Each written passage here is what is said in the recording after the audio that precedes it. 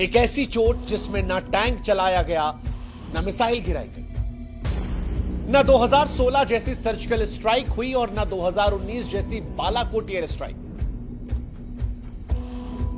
इस बार भारत ने वो युद्ध शुरू किया है जो खून तो नहीं बहाएगा, लेकिन प्यास की तड़फ से पाकिस्तान को झकझोर कर रख देगा। और नतीजा, पाकिस्तान में अब चूल्हे नहीं जलेंगे, पाकिस्तान में बच्चे प्यास से तड़पेंगे, नौकरियां खत्म हो जाएंगी, कारखाने बंद हो जाएंगे, अस्पताल ठप हो जाएंगे, कराची लाहौर जैसे शहर अंधेरे में डूब जाएंगे, सब्जियों के दाम आसमान छुएंगे, खेत सूखेंगे, किसान भूख से तड़पेंगे, जनता सड़कों पर होगी। मौत गोली से नहीं, प्यास से आएगी।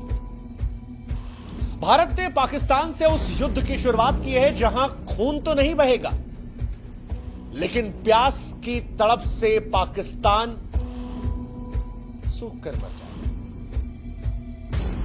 क्योंकि इस बार वार वाटर स्ट्राइक से है। इंडिया वर्सेस पाकिस्तान में वॉर जो है वो वाटर स्ट्राइक की है। इंसाफ की धार में भारत का पहला प्रहार, वो प्रहार जो इतिहास में प्यास से लिखा जाएगा, वो प्रहार जो पाकिस्तान की रीढ़ पर ऐसा वार है जिसकी गूंज सदियों तक सुनाई पड़ी।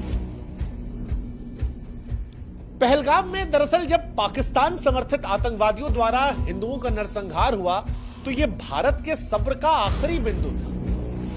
और इसके बाद भारत ने वो फैसला लिया, वो समझौता तोड़ दिया जिसे मानवता के लिए उसने तब भी निभाया जब 1965-1971 में भारत पाकिस्तान के बीच में युद्ध हुआ, जब 1993 में पाकिस्तान ने मुंबई में हमला करवाया, जब 2001 में पाकिस्तान ने संसद में हमला करवाया, 2008 में 26/11 का नरसंहार हुआ, 2016 में उरी और 2019 में पुलवामा में हमारे जवानों पर पाकिस्तान ने हमला करवाया। उसके बावजूद भी भारत ने जिस समझौते को निभाए रखा था, इस बार भारत ने अपने सब्र के बांध को तोड़ दिया और बांध को अब रोकने का फैसला किया जो पाकिस्तान को बूंद बूंद पानी के लिए तरसा देगा, पाकिस्तान को अंधेरे में डाल देगा, पाकिस्तान की बर्बादी की तरफ सबसे बड़ा निर्णायक कदम उठा देगा। भारत ने 5 निर्णायक कदमों के जरिए पाकिस्तान को कूटनीतिक, आर्थिक और रणनीतिक मोर्चों पर घेर लिया है। 5 फैसले लिए, पंच मारा है। पहला, अटारी बॉर्डर बंद कर दिया है, जिसका मतलब है कि द्विपक्षीय व्यापार, यानी अब भारत से पाकिस्तान में कोई व्यापार नहीं, आवागमन बंद। वो जो बॉर्डर पर हिंदुस्तान पाकिस्तान करते थे वो सब खत्म। दूसरा, सिंधु जल समझौता, जिसे पाकिस्तान की जीवन रेखा कहा जाता है, उस पर प्रहार। तीसरा, असर क्या होगा? असर यह भी होगा कि खेत खलिहानों के साथ साथ पाकिस्तान के जो बड़े शहर हैं, कराची, लाहौर, मुल्तान, इन शहरों में जल आपूर्ति इन्हीं नदियों पर निर्भर है। अब पानी की कमी होगी तो लोग एक एक गिलास साफ पानी के लिए तरसेंगे। पाकिस्तान में माएं अपने बच्चों के लिए पानी की तलाश में भटकेंगी, अस्पतालों में मरीजों का इलाज प्रभावित होगा। तीसरा, पाकिस्तान अंधेरे में डूब जाएगा। सिंधु बेसिन पर बने हाइड्रो पावर प्रोजेक्ट पाकिस्तान की बिजली का प्रमुख स्रोत है। पानी की कमी से बिजली का उत्पादन ठप हो जाएगा। पाकिस्तान के बड़े शहर कराची, मुल्तान, लाहौर, ये सब शहर अंधेरे में डूब जाएंगे, कारखाने बंद हो जाएंगे। और अब क्योंकि गर्मी आने वाली है, ऐसे में ये गर्मी असहनीय हो जाएगी, बर्दाश्त के बाहर हो जाएगी। पाकिस्तान वैसे भी बिजली संकट का बहुत सामना करता है। बीते साल भी आए दिन पाकिस्तान में ब्लैकआउट हुआ था। इस साल गर्मी पाकिस्तान को बहुत महंगी पड़ी। खेत खलिहानों में क्योंकि पानी आएगा नहीं, तो पाकिस्तान में फसलों की कमी के चलते अनाज और सब्जियों की कीमतें जो है वो आसमान को छू जाएंगी। पाकिस्तान वैसे भी भुखमरी कगार पर है, लेकिन अब गरीब परिवारों की थालियां खाली रहेंगी, भुखमरी का खतरा मंडराएगा। अब क्योंकि कृषि और बिजली क्षेत्र ठप रहेगा तो पाकिस्तान की अर्थव्यवस्था चरमरा जाएगी, निवेशक भाग जाएंगे, बाजारों में अस्थिरता रहेगी। इसके साथ ही पाकिस्तान में जनसंख्या तो जवाब है नहीं। भारत ने जो ये फैसला लिया है, ये ऐसा नहीं है कि कल से ही पाकिस्तान को बर्बाद कर देगा, क्योंकि कई लोग के मन में सवाल है कि क्या ऐसा फैसला लेने के बाद पाकिस्तान तुरंत बर्बाद हो जाएगा, या बर्बाद पाकिस्तान होगा तो कितना समय लगेगा? इसका जवाब भी हम आपको देते हैं। सिंधु जल संधि टूटने से तत्काल गंभीर नुकसान पाकिस्तान को नहीं है। क्यों नहीं है वो समझाते हैं। सिंधु, झेलम, चिनाब नदियों का पानी जो है वो तुरंत नहीं रुकेगा, क्योंकि ऐसा करने के लिए भारत को बड़े बांधों की जरूरत है, जो फिलहाल अभी तैयार नहीं है।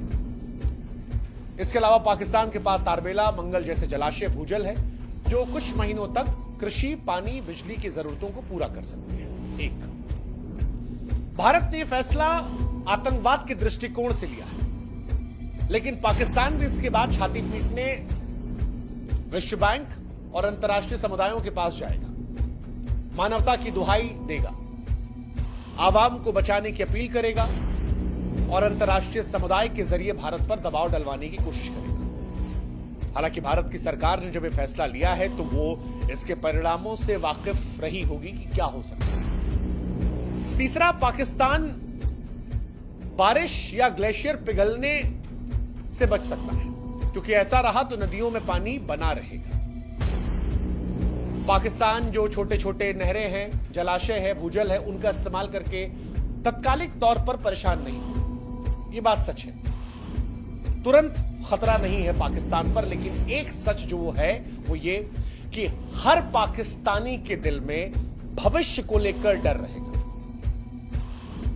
पाकिस्तानियों में अनिश्चितता बनी रहेगी, और जब भी लंबे समय में भारत पूरा पानी रोकने की क्षमता बनाएगा, तब पाकिस्तान में असली संकट है। खेती का संकट, नौकरी का संकट, रोजगार का संकट, बिजली का संकट, बर्बादी का संकट, भूख का संकट, और इन सबसे चीखें। अभी ये सिर्फ डर है जो चुपके से पाकिस्तान में खरीद रहा है, लेकिन भारत ने कश्मीर के पहलगाम में जो कुछ देखा, जो कुछ सुना, जो कुछ जाना, उससे जो डर पैदा हुआ, जो गुस्सा पैदा हुआ, जो नफरत आई, उसके बाद मानो पाकिस्तान को स्पष्ट संदेश देने का मन बना हुआ है कि भारत ना हमास जैसी हरकत बर्दाश्त करेगा और ना पहले जैसी खामोशी। अगर हमला हमास जैसा होगा तो पाकिस्तान को जवाब इजराइल जैसा मिलेगा।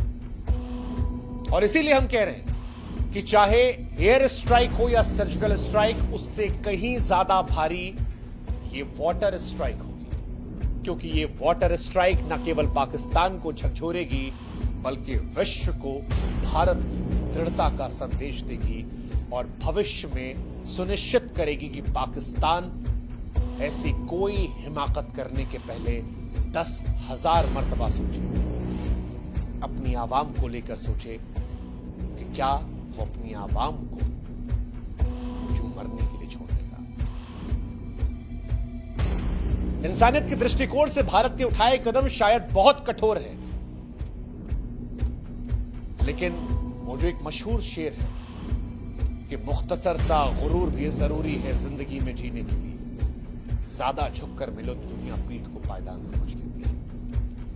पाकिस्तान ने भारत की इंसानियत का बड़ा गलत इस्तेमाल किया है, और अब भारत के लिए यह बताना जरूरी है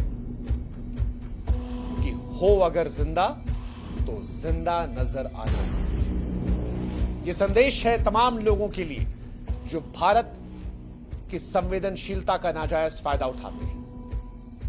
उम्मीद करते हैं कि इस बार प्रहार इतना घातक होगा कि भविष्य में कोई भी देश हिमाकत करने के पहले 1000 मर्तबा सोचेगा।